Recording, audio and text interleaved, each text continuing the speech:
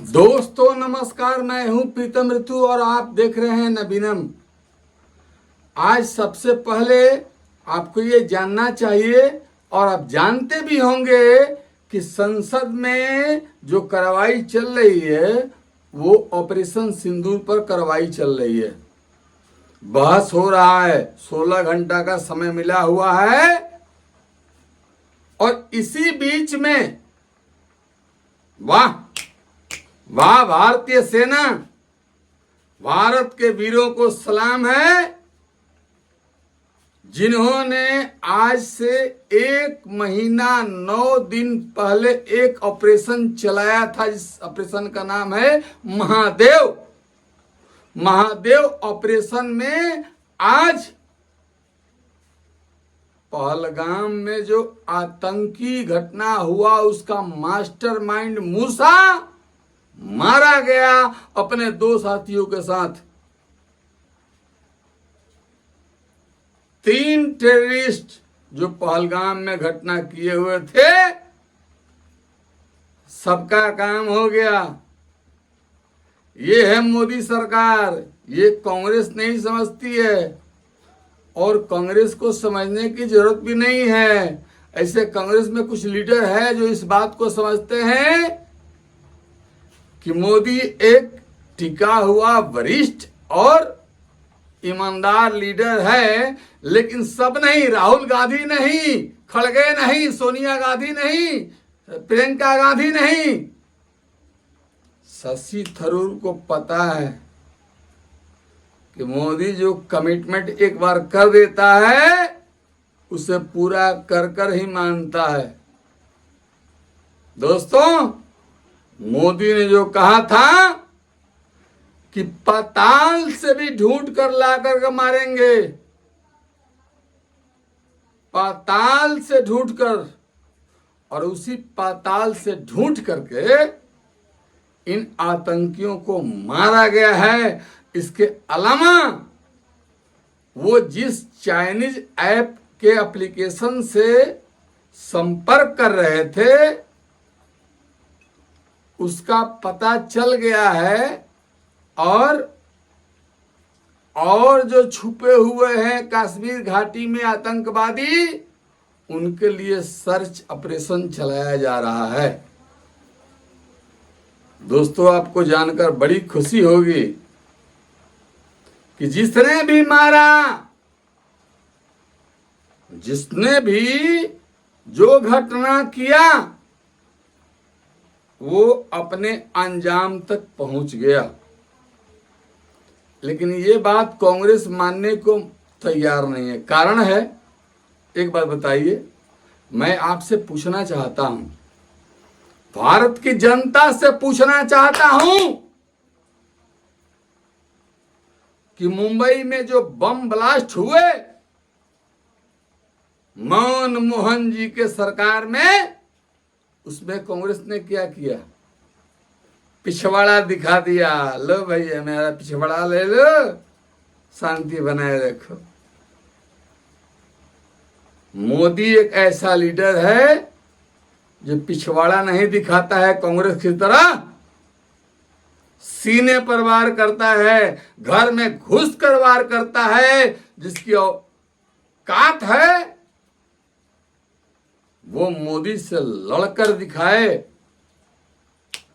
पता चल गया होगा पाकिस्तानियों को, पाकिस्तान के टेररिस्टों को पता चल गया है कि मोदी छोड़ने वाला नहीं है।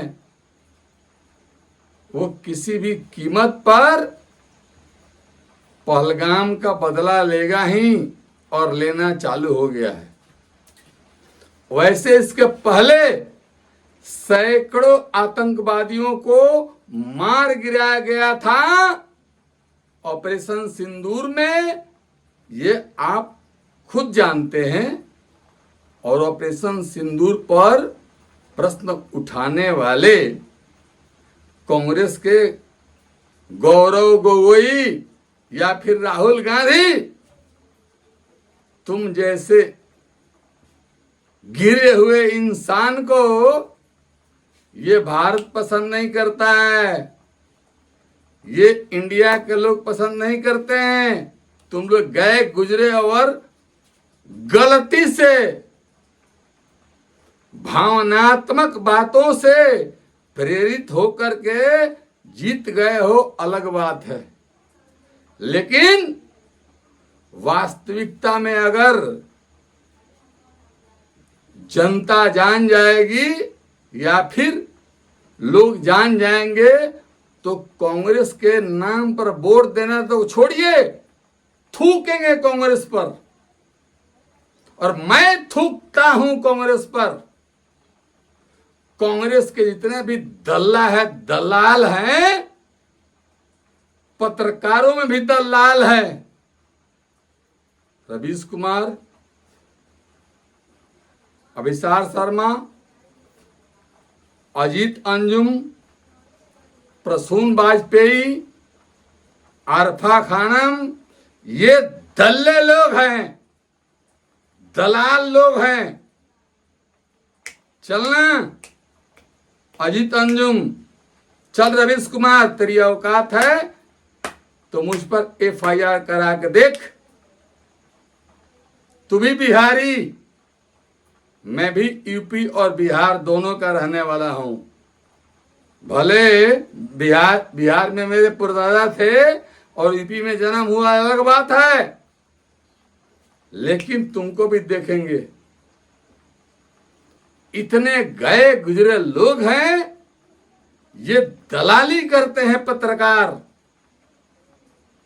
जिसको ये पता नहीं है कि भारत सरकार कितना बड़ा काम कर रही है, मोदी सरकार कितना बड़ा काम कर रही है।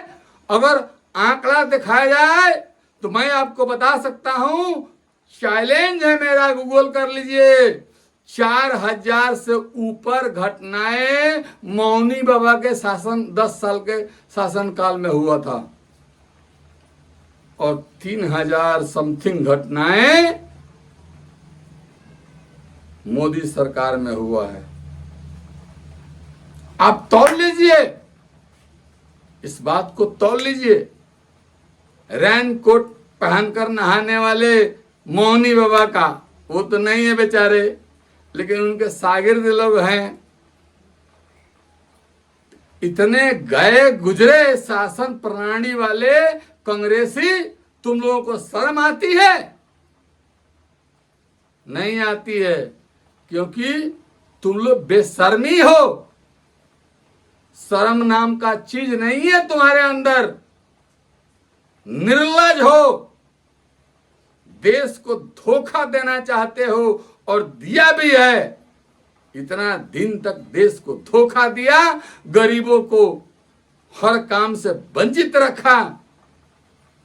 ऐसे कांग्रेस, यूपी में सपा, ये सपा जो नमाजवादी पार्टी है, और बिहार में राजद, जिसका नाम है लालू प्रसाद यादव, चारा चोर का बेटा, इतना उल्टा बोल रहा है आजकल।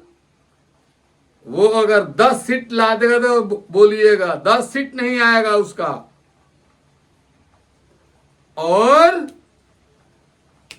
वोट छीनकर, पेड़ों पर लटकाकर और गर्दन काट करके वोट लेने वाली ममता बनर्जी,